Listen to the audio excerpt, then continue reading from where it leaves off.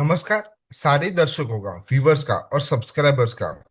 मैं एस्ट्रोलॉजर रोहन शिंदे आप सभी का मैं इस नए वीडियो में स्वागत करता हूँ। आज का हमारा वीडियो रहेगा कैप्रिकॉन यानी कि मकर लग्न का साल 2026 का ग्रह गोचर दशा अंतर दशा के हिसाब से आपके लिए कैसा रहेगा। तो अगर आपका मकर लग्न है या कैप्रिकॉन असेंडेंट है तो इस वीडियो को अंत तक जरूर देखिए।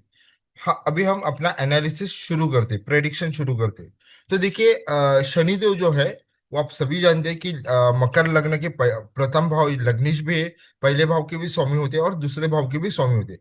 शनिदेव का गोचर, लग्नेश शनिदेव का गोचर अभी तीसरे भाव में यानी मीन राशि में जा रहा है, जहां पे वो अपनी दशा अंतर दशा में पॉजिटिव रिजल्ट ही देंगे। जी हाँ, अगर आपका मकर लग्न है और शनिदेव की दशा अंतर दशा है तो यहाँ पे उन जातकों के लिए उनके फॉर्चून यानी किस्मत में बहुत अच्छा उनको राइज देखने को मिलेंगी। जो आप हार्ड वर्क करते हो उसमें आपको सक्सेस मिलेगी। आपको बहुत सारी चीजों में नई अपॉर्चुनिटी मिल सकती है, आपकी इनकम राइज हो सकती है।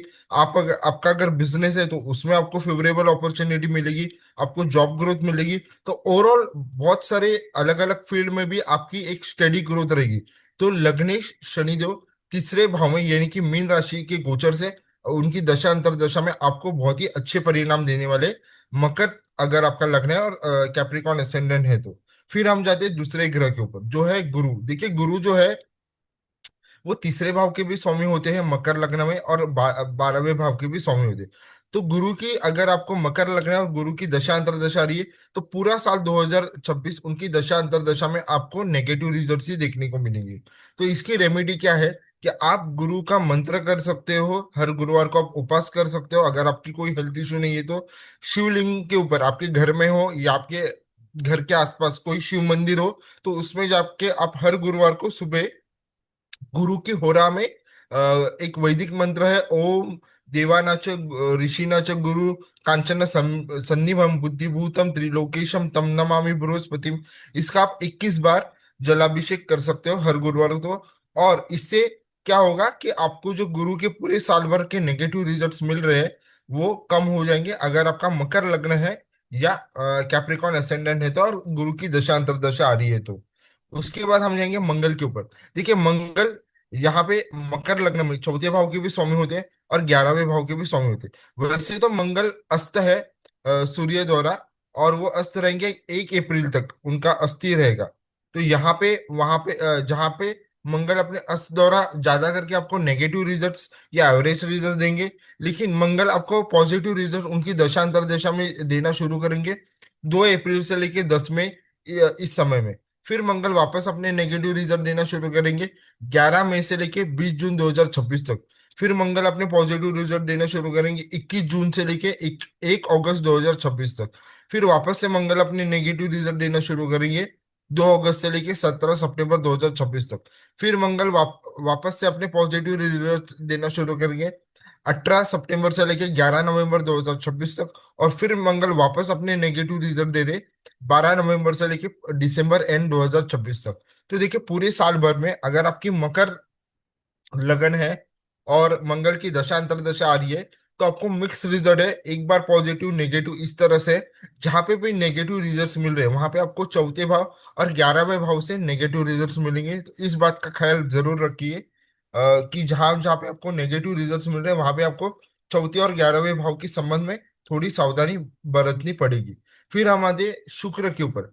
शुक्र जो कि एक योग कारक ग्रह होते हैं क्योंकि वो पंचम भाव के भी स्वामी है और दशम भाव के भी स्वामी है मकर लग्न के लिए या कैप्रिकॉन असेंडेंट है तो शुक्र ओवरऑल आपको पॉजिटिव रिजल्ट देंगे जनवरी की शुरुआत से लेके 1 मार्च 2026 तक। फिर शुक्र अपने दशांतर दशा में नेगेटिव रिजल्ट देंगे 2 मार्च से लेके 25 मार्च तक। तो लगभग एक 24-25 दिनों का समय रहेगा जहाँ पे शुक्र अपनी दशांतर दशा में नेगेटिव रिजल्ट देंगे।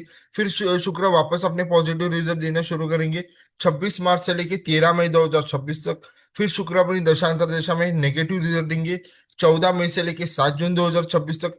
फिर शुक्र वापस से अपने पॉजिटिव रिजल्ट देना शुरू करेंगे 8 जून से लेकर 13 जुलाई 2026 तक। और फिर शुक्र वापस से अपने नेगेटिव रिजल्ट देंगे 4 जुलाई से लेकर 31 जुलाई 2026 तक। फिर शुक्र वापस से अपने पॉजिटिव रिजल्ट देंगे 1 अगस्त से लेकर दिसंबर एंड तक। यहाँ पे शुक्र 6 नवंबर से लेके 21 नवंबर के बीच में वक्री हो रहे, तो वहां पे शुक्र अपने नेगेटिव रिजल्ट दे सकते हैं। नहीं तो 1 अगस्त से लेके पूरे दिसंबर एंड तक शुक्र अपनी दशांतर दशा में ओवरऑल पॉजिटिव रिजल्ट ही देंगे। देखिए अगस्त तक मतलब जनवरी से लेके जुलाई तक बीच बीच में शुक्र पॉजिटिव नेगेटिव रिजल्ट दे रहे हैं, लेकिन अगस्त से लेके दिसंबर ये वाला जो लगभग मेरे ख्याल से 6 महीने का समय है, वहां पे शुक्र अपनी दशांतर दशा में बहुत ही अच्छे रिजल्ट देने वाले। सिर्फ बीच में 6 नवंबर से 21 नवंबर अगर किसी जातक की कुंडली में जन्म के ही शुक्र वक्री, तो वहां पे वक्री शुक्र द्वारा उनको सिर्फ इस दौरान 6 नवंबर से 21 नवंबर 2026 के बीच में ये टाइम फ्रेम में नेगेटिव रिजल्ट्स मिल सकते हैं। तो इस बात का ध्यान जरूर रखिए। फिर हम जाते हैं बुध के ऊपर। बुध जो कि मकर लग्न के लिए छठे भाव के भी स्वामी है और नवम भाव के भी स्वामी होते हैं। तो अगर आपकी बुध की दशा अंतर दशा है और मकर लग्न है, तो बुध ज्यादा करके पॉजिटिव रिजल्ट ही देंगे आपको 10 अप्रैल 2026 तक। फिर बुध अपने नेगेटिव रिजल्ट देंगे 11 अप्रैल से लेकर 29 अप्रैल 2026 तक। फिर बुध वापस से अपने पॉजिटिव रिजल्ट देना शुरू करेंगे 30 अप्रैल से लेकर 28 मई 2026 तक। फिर बुध वापस अपने नेगेटिव रिजल्ट देंगे 29 मई से लेकर 21 जून 2026 तक। और फिर बुध की दशांतर दशा में आपको 22 जून से लेकर पूरे दिसंबर एंड तक पॉजिटिव रिजल्ट्स ही मिलेंगे। यहाँ पे बुध बुध जो है वो अगर आपके जन्म की वक्री है, तो वक्री बुध के कारण आपको 7 जुलाई से 14 अगस्त के बीच में थोड़े नेगेटिव रिजल्ट्स मिल सकते हैं। इस बात का ध्यान जरूर रखिए। तो बुध सिर्फ देखिए 11 अप्रैल से लेके 29 अप्रैल में नेगेटिव रिजल्ट दे रहे, 29 मई से लेके 21 जून। तो ये वाला कुछ समय साल का जहाँ पे वो नेगेटिव रिजल्ट दे रहे, नहीं तो पूरे साल भर उनकी ज्यादा करके पॉजिटिव रिजल्ट है। और 22 जून के बाद पूरे दिसंबर एंड तक बुध अपनी गोचर से दशांतर दशा में अगर आपका मकर लग्न है, तो आपको पॉजिटिव रिजल्ट ही देखने को मिलेंगे। फिर हम जाते हैं चंद्रमा के ऊपर। देखिए अगर आपका मकर लग्न है और चंद्रमा सप्तमेश होते हैं और चंद्रमा की दशा अंतर्दशा है, तो सबसे पहले देखिए कि चंद्रमा आपकी जन्म कुंडली में कहाँ पे बैठे। अगर ये दूसरे भाव में, चौथे भाव में, सप्तम भाव में, नवम भाव में, दशम और 11वें भाव में बैठे हैं आपकी जन्म कुंडली में, तो चंद्रमा की दशा अंतर्दशा में आपको अच्छे परिणाम देखने को मिल सकते हैं। अगर चंद्रमा आपकी कुंडली में, जन्म कुंडली में पहले भाव में बैठे हैं, तीसरे भाव में, पंचम भाव में, छठे भाव में, अष्टम भाव में और 12वें भाव में बैठे, तो उनकी दशा अंतर्दशा में मकर लग्न होकर आपको नेगेटिव रिजल्ट ही ज्यादा करके देखने को मिलेंगे। तो इसका उपाय क्या है? आप हर त्रयोदशी की तिथि होती है हर महीने में, उसका आप उपवास कर सकते हो। अगर आपकी हेल्थ इशू नहीं है, तो आप मंडे को, ज्यादा करके चंद्रमा है तो मंडे को, अगर आप नॉन वेजिटेरियन हो तो मंडे को नॉन वेज मत खाइए। हर दिन एक माला ओम नमः शिवाय इस पंचाक्षरी मंत्र का जाप कीजिए हर सुबह। फिर हर सोमवार को आपके घर में अगर कोई शिवलिंग हो या घर के आसपास कोई शिव मंदिर हो, वहां पे जाके आपको जलाभिषेक बेलपत्र के साथ फिर शिव पंचाक्षर स्तोत्र, जो कि आद्य गुरु शंकराचार्य द्वारा जी रचित है, शिव पंचाक्षर स्तोत्र, उसका रोज आप पाठ कर सकते हैं। और जरूरतमंद यानी कि गरीब लोगों को आप हर सोमवार या पूर्णिमा को आपके हिसाब से दूध का दान दे सकते हो। तो ये रहेगा अगर आपके चंद्रमा पहले भाव में, तीसरे भाव में, पंचम भाव में, छठे भाव में, अष्टम और 12वें भाव में बैठे हैं और आपकी उसकी दशा अंतर्दशा रही है मकर लग्न या कैप्रिकॉन एसेंडेंट होके। फिर हम जाएंगे सूर्य के ऊपर। सूर्य जो कि अष्टम भाव के स्वामी होते हैं मकर लग्न के लिए या कैप्रिकॉन एसेंडेंट के लिए। तो देखिए सूर्य के अगर आपको दशा अंतर्दशा आ रही है, तो 15 जुलाई तक, साल जनवरी से लेके 15 जुलाई तक वो नेगेटिव रिजल्ट ही देंगे, क्योंकि वो अष्टमिश होते हैं। फिर सूर्य पॉजिटिव रिजल्ट देंगे सिर्फ 16 जुलाई से लेके 16 अगस्त, ये वाला एक बीच वाला 1 महीने का समय, जहाँ पे सूर्य अपनी गोचर से दशांतर दशा में आपको पॉजिटिव रिजल्ट देंगे। वापस सूर्य नेगेटिव रिजल्ट दे रहे 17 अगस्त से लेके 17 सितंबर के बीच में। और फिर सूर्य आपको पॉजिटिव रिजल्ट देना शुरू करेंगे 18 सितंबर से लेके 15 दिसंबर 2026 तक। और फिर सूर्य वापस से अपने नेगेटिव रिजल्ट देना शुरू करेंगे 16 दिसंबर से पूरे दिसंबर एंड तक। तो देखिए कि जहां जहाँ पे पॉजिटिव रिजल्ट्स है, वहां पे अष्टम भाव रिलेटेड आपको अच्छे परिणाम मिलेंगे।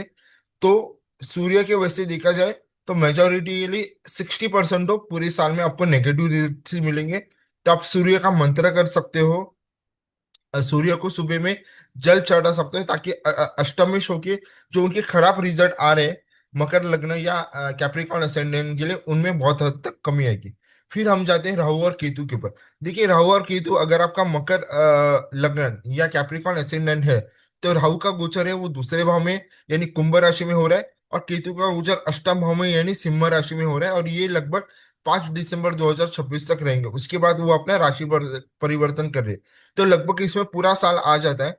तो राहु की दशा, राहु या केतु की दशा अंतर दशा आ रही है, तो आपको ज्यादा करके मकर लग्न हो गया, आपको नेगेटिव से एवरेज रिजल्ट ही मिलेंगे। ये आपके लिए फेवरेबल नहीं है। फिर हम क्या कर सकते हैं, अगर आपके राहु केतु बाधित है जुपिटर द्वारा, तो ये आपको और ज्यादा नेगेटिव रिजल्ट्स देखने को मिल सकते हैं। जी हाँ, अगर गुरु द्वारा वो बाधित है, राहु केतु आपकी जन्म के अगर गुरु के साथ युति बना रहे, या गुरु देख रहा है राहु केतु का, या राहु केतु गुरु को देख रहे हैं आपकी जन्म पत्रिका में, तो आपको ज्यादा करके उनकी दशा अंतरदशा में और ज्यादा नेगेटिव रिजल्ट्स मिलेंगे। इसका आप क्या कर सकते हो, आप श्री विष्णु सहस्त्र नाम का पाठ कर सकते हो हर दिन, या आप एक माला तुलसी की ओम नमो भगवते वासुदेवाय नमः, इसकी तुलसी की एक माला का एक जाप जरूर कीजिए। फिर आप श्रीमद् भगवत गीता पढ़ सकते हो। पीस आपके लिए मेंटल पीस रहेगा, और हार्मोनियस मतलब जो भी आपके लाइफ की छोटी मोटी प्रॉब्लम राहु केतु दशांतर दशा में आ रही है, वो धीरे धीरे कम होना शुरू हो जाएंगे, और आपके माइंड के ऊपर कोई नेगेटिव इम्पैक्ट नहीं रहेगा। तो ये आप कीजिए, क्योंकि उनका गोचर जो है वो आपके लिए शुभ नहीं है मकर लग्न के लिए। इस बात का ध्यान जरूर रखिए। तो ये था हमारा आज का मकर लग्न के ऊपर पूरे साल का ग्रह गोचर के परिणाम। ये वीडियो आपका कैसा लगा, इसके आप कमेंट कीजिए, लाइक कीजिए, शेयर कीजिए। इस वीडियो को एंड तक देखने के लिए मैं आप सभी का धन्यवाद करता हूँ। Thank you.